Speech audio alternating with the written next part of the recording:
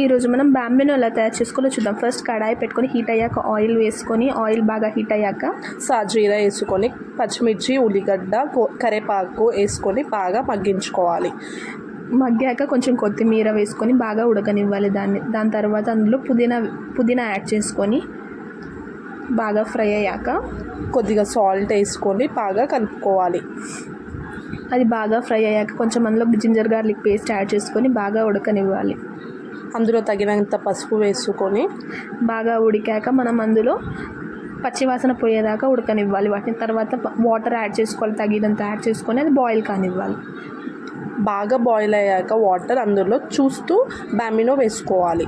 అది బాగా కలుపుకొని ముద్దలు లేకుండా బ్యాంబినోని కలుపుకోవాలి. బాగా కలుపుకొని ఉడకనివ్వాలి. బ్యాంబినోని ఒక 5 minutesలో అది ఉడికిపోతుంది. మనం మధ్య మధ్యలో దాన్ని కలుపుతూ ఉండాలి అడుగంటకుండా. 5 minutesలో మనకి బ్యాంబినో